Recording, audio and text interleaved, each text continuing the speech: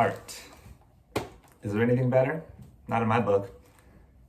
I went into the classroom earlier this week and I found a bunch of art projects that we were in the middle of working on when COVID-19 hit in late March. Actually, I think it was early March.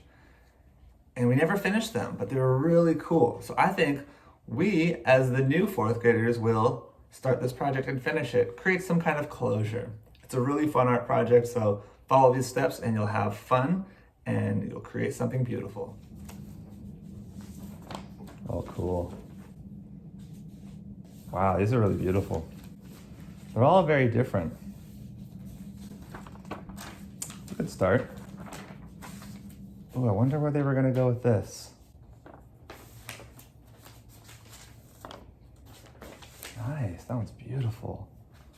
I don't want people to be doing art activities that I recommend or suggest and have it feel like, ugh, this is work, I don't like doing this.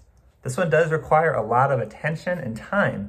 So in order to compromise and still make it a fun, cool project, but make it beautiful, I'll have you fold it in half and just do half sheet at first. So you get the idea. And if you really like this concept, you can do a full sheet later. So fold it in half, match each side, fold it in half, and you can either cut it or just use the half sheet as it is. I'm gonna just use the half sheet and show you the steps to take.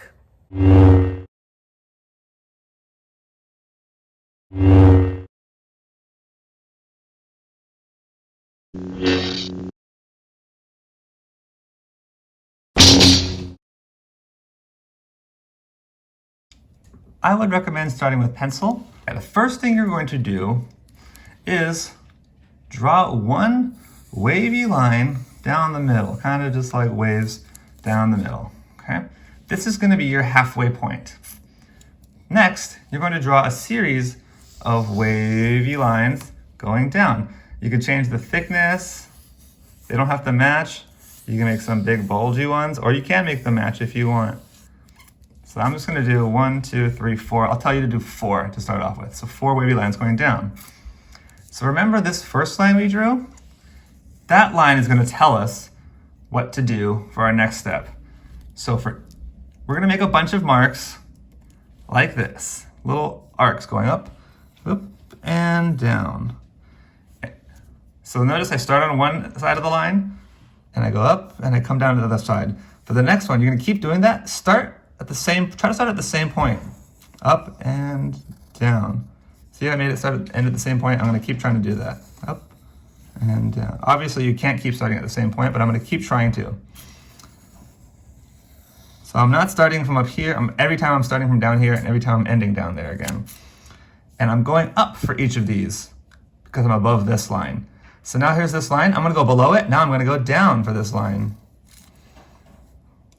Starting at the same point. Up and down, or actually down and up for these ones because they're below that line, down and up. So already you can kind of see the effect.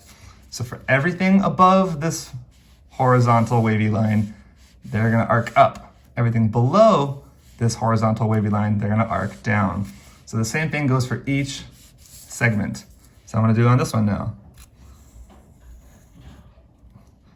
And notice I'm really trying to stay in between these two and starting and ending on the same point. Here I can't really start, so I'm gonna just kind of pretend I did and start right there.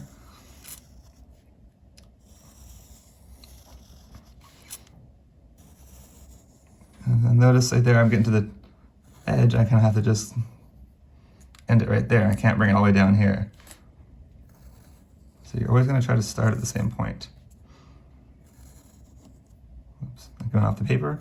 So if you go off the paper, just kind of keep going like this until you get to the end. You're gonna fill up the whole thing. You don't want it to feel like there's any spaces. Oops, I didn't do that right. There we go. Okay, so notice it looks like this one's waving this way. So for down here, I'm going down now.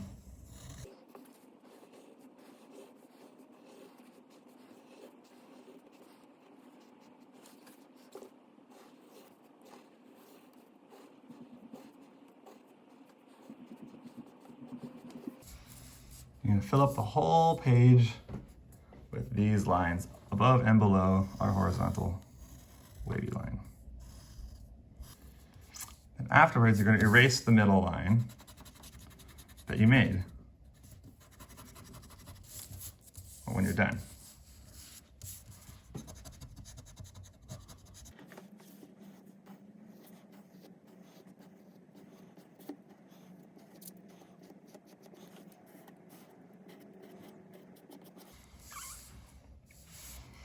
And then the next step is to go over the lines that you drew second, not the first horizontal one, and just darken it.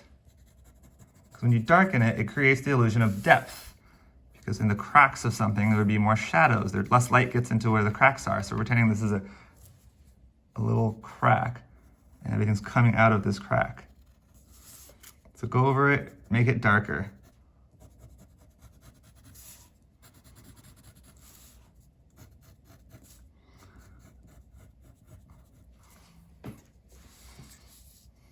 Creates more depth now.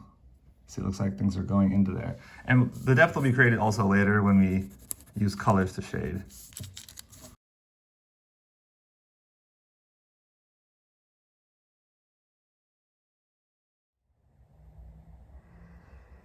Your next step is to choose the colors. I'm doing red, light blue, and light green. I think it matches with this style of kind of a psychedelic art piece. So far I like it. I'm just gonna skip ahead to the coloring stage. I didn't finish my last two, I don't know what to call them, tubes. They kind of look like little weird psychedelic tubes. I didn't finish because I want to show you the step of coloring it in and how shading makes it have more depth. Just like in real life, things that are higher up and not blocked by any cracks, exposed to more sunlight. So they're brighter, lighter colors. So things in the corner are dark and have shadows. So we're gonna start really lightly in the middle. So up and down really lightly in the middle. And as you go out towards the edges, we're gonna pretend that it's curving down. And as it curves down, it gets more in the shadows and gets darker. And then really dark right over here. This is tricky to do. I'm using colored pencils. And it's also important to make sure that you do it on the same side, same thing on the other side too. So this side is gonna start getting darker too. So it's kind of like a little bubble.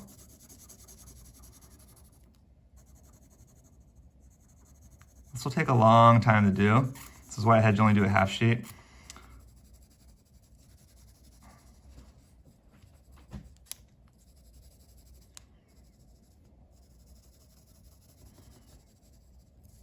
Okay, so I did one. I'm gonna alternate, I'm gonna do red and blue. So the middle ones will take longer because they're a bit bigger, but these ones won't take as long. So light in the middle, and then it gets darker as it goes to the edges. Light in the middle, darker as it goes towards the edges.